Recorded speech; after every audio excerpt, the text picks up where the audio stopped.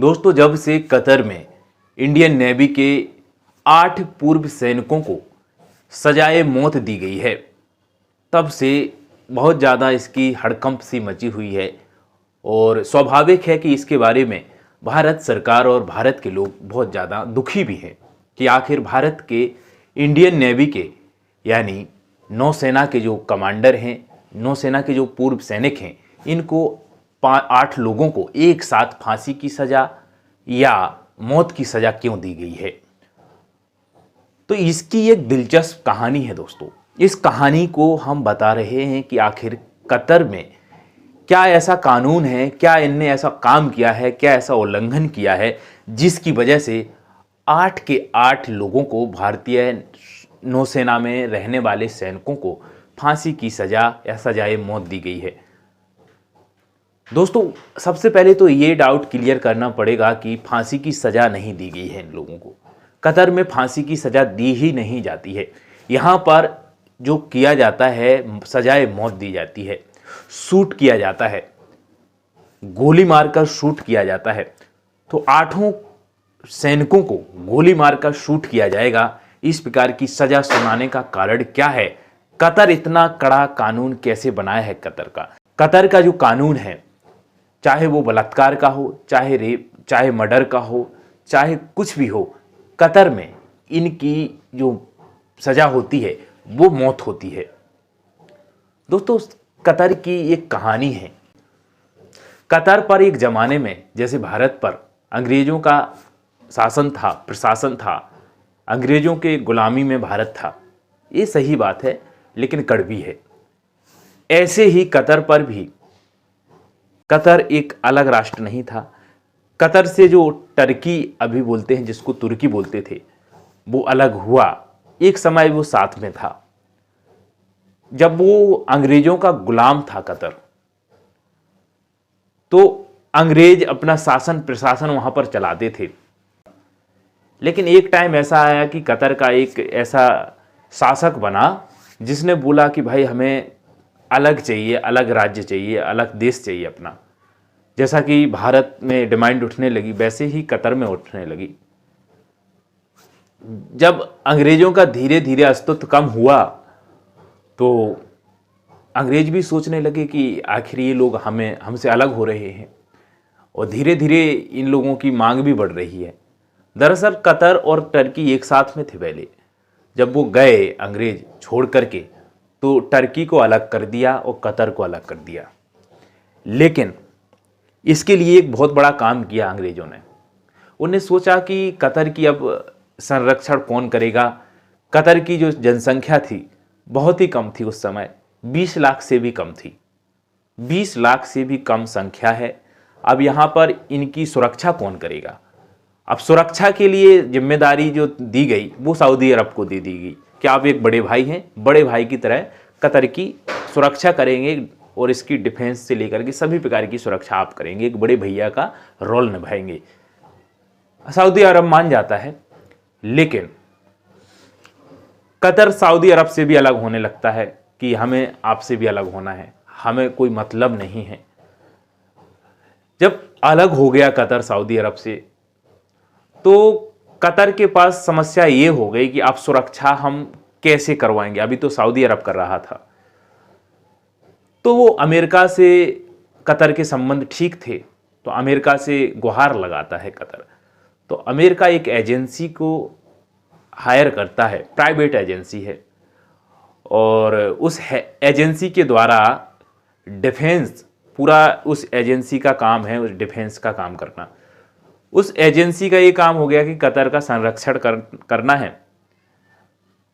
तो अमेरिका ने कतर का साथ दिया, क्योंकि कतर पहले से ही संपन्न था, पैसा था, लेकिन आबादी कम थी। आबादी कम होने के कारण कतर ने हायर कर ली एक प्राइवेट डिफेंस के लिए कंपनी। अब उसमें संख्या तो कतर की कम है, अब कहाँ से वहाँ पर ऐसे सैनिक लाएं, प्राइवेट हायर करें? कतर की संख्या चूँकि कम है, वहाँ पर 20 लाख से भी कम संख्या है, तो उसमें हायर करेंगे डिफेंस के लिए सैनिक तो बाहर से करनी पड़ेगी। तो इन लोगों ने जो प्राइवेट सेक्टर है, प्राइवेट फर्म है डिफेंस का, उसके लिए अलग अलग देशों से जो इसके एक्सपर्ट हैं सैनिक, उनको हायर किया। तो ऐसे ही हायर भारत के 8 पूर्व नेवी वाले सैनिक थे जो उनको हायर किया गया था कि इस डिफेंस एकेडमी में, इस प्राइवेट सेक्टर में डिफेंस के तौर पर जो कतर की संरक्षण करता है, कतर के लिए ट्रेनिंग देता है, कतर की रक्षा के लिए, सुरक्षा के लिए, उसमें इन लोगों को रखा गया। ये आ भी गए। तो ये लोग वहाँ काम क्या करते थे, कतर का जो डिफेंस था उनके लिए ट्रेनिंग देना, उनके लिए बताना कि किस प्रकार से हमें दुश्मनों से संरक्षण लेना है, सभी प्रकार की चीज़ें वो defence academy, defence private company कर रही थी। लेकिन बताया गया कि अचानक जुलाई में 2022 में कुछ ऐसा मामला हुआ जिसकी वजह से कतर में अगस्त 2022 में रात में 8 पूर्व सैनिकों को भारत के जो नेवी में थे, यहाँ से रिटायर्ड होने के बाद वो वहाँ पर ज्वाइन किया था, उनको और 2 उस कंपनी के जो मालिक थे, जो वहाँ के उस कंपनी के एक प्रकार से चीफ थे, 2 उन लोगों को वहाँ पर गिरफ्तार किया गया। रात में इन लोगों को गिरफ्तार कर लिया गया। 2022 में गिरफ्तार किया गया। तो किसी को कानो कान पता नहीं है कि आखिर इनको गिरफ्तार किसने किया, कैसे किया, क्या हुआ है। जब धीरे धीरे इन लोगों का संपर्क अपने परिवार वालों से ही टूट गया, जो इंडियन नेवी के सैनिक थे उनका संपर्क अपने परिवार वालों से छूटा, तो उन लोगों ने फिर मीडिया से के द्वारा बात की। धीरे धीरे पता चला कि उनको किसी कारणवश, उनको किसी कारण से कतर में जेल में बंद कर दिया गया है। ऐसी जेल में, खुफिया जेल में, जिसका किसी को पता ही नहीं कि आखिर कहाँ। जब पता तो जब चला कि जब इन लोगों को अदालत में पेश किया गया। अदालत में पेश किया गया इनको मई 2023 में किया गया। और इसके पहले जो इनको गिरफ्तार किया गया था अगस्त 2022 में, लेकिन मई 2023 में इनको अदालत में वहाँ की पेश किया गया। जब पता चला कि इनका गुनाह क्या है, इनका गुनाह ये बताया जा रहा है कि ये खुफिया काम कर रहे थे इजराइल के लिए। चूँकि ये तो पता है कतर के इजराइल से संबंध ठीक नहीं है, और इजराइल के लिए खुफिया एजेंसी के तौर पर ये लोग काम कर रहे थे। और मतलब इनको एक एजेंट के तौर पर पकड़ा गया है कि इनका संगीन अपराध है, और इस अपराध के लिए, देशद्रोह के लिए इन लोगों को सजाए मौत दी गई। अदालत ने वहाँ पर सुनाया गया, फैसला है ये। इसके बाद मई में ये बोला गया है कि इसके आगे जो फैसला होगा वो अक्टूबर 2023 में होगा। 26 अक्टूबर 2023 को फिर से वही फैसला दिया गया कि सजाए मौत है। इन लोगों ने जिस प्रकार से अपराध किया, इसका सजाए मौत होना ज़रूरी है। कतर का ये रूल है। चूँकि कतर और भारत के संबंध ठीक हैं, इसमें कोई डाउट नहीं है। कतर और भारत के संबंध में कोई डाउट नहीं है। जब से ये खबर आई है, भारत सरकार और भारत के लोग भी परेशान हैं कि आखिर भारत के 8 पूर्व सैनिक हैं जो नेवी में थे, उनके लिए सजाए मौत हो जाना ये भारत के लिए बहुत बड़ी दुख की खबर होगी।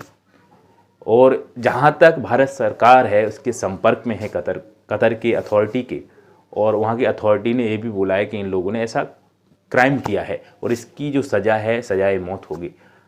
अब देखना क्या है, सजाए मौत हो रही है या नहीं हो रही है।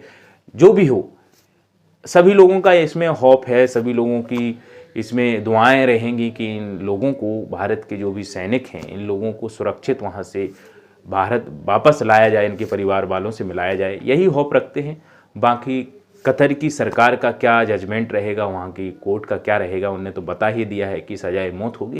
आखिर इस कहानी का क्या कारण रहा कि कतर में सुरक्षा को लेकर के बाहरी एजेंसियों को रखा जाता था?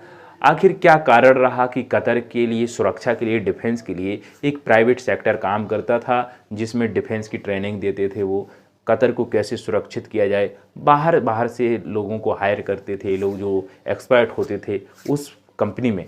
और बताया जा रहा है कि आज से 20 साल पहले 2003 में सजाए मौत दी गई थी। और सजाए मौत देने का मतलब वहाँ पे फांसी नहीं होती है, वहाँ पे शूट होता है, जो बंदूक से शूट कर दिया जाता है डायरेक्ट। इसके बाद जो मौत की सज़ा दी गई थी वो दी गई थी 2020 में। इसके बाद दी जा रही है जो मौत की सज़ा 10 लोगों को वो दी जा रही है 2023 में। तो आप देख सकते हैं कि सजाए मौत देने का जो रेशियो है बहुत ही कम है, लेकिन हाँ, वहाँ पर कानून बहुत कड़ा है। कतर के पास कम संख्या होने के कारण, जनसंख्या वहाँ की कम होने के कारण, वहाँ पर उन्होंने अपनी सेफ्टी के लिए, अपने डिफेंस के लिए एक प्राइवेट कंपनी को हायर किया था जो डिफेंस के तौर पे काम करेगी, और बाहर के लोगों को, क्योंकि संख्या कम थी वहाँ की, तो बाहर के लोगों पर विश्वास करते हैं वो, ऐसा नहीं है, और उनको हायर करने के साथ साथ वो कतर की सुरक्षा के लिए एक जिम्मेदार होते हैं। तो इसी कारण से भारत में पूर्व सैनिक हैं जो नेवी के, वो उनको हायर किया गया था उस कंपनी के द्वारा, और उसमें ये पाया गया कि ये इजराइल के लिए काम कर रहे थे, और इसके कारण वहाँ की कोर्ट ने ये सजाए मौत दी है। तो आखिर होता क्या है? होप यही है कि इन लोगों की जो भी सज़ा है उसको कैंसिल किया जाए और भारत में सुरक्षित रूप से आ जाएं। यही दुआएं रहेंगी हम सबकी। दोस्तों, कहानी सुनाने का यही उद्देश्य था। अगली कहानी में हमारी मुलाकात होगी, तब तक के लिए नमस्कार।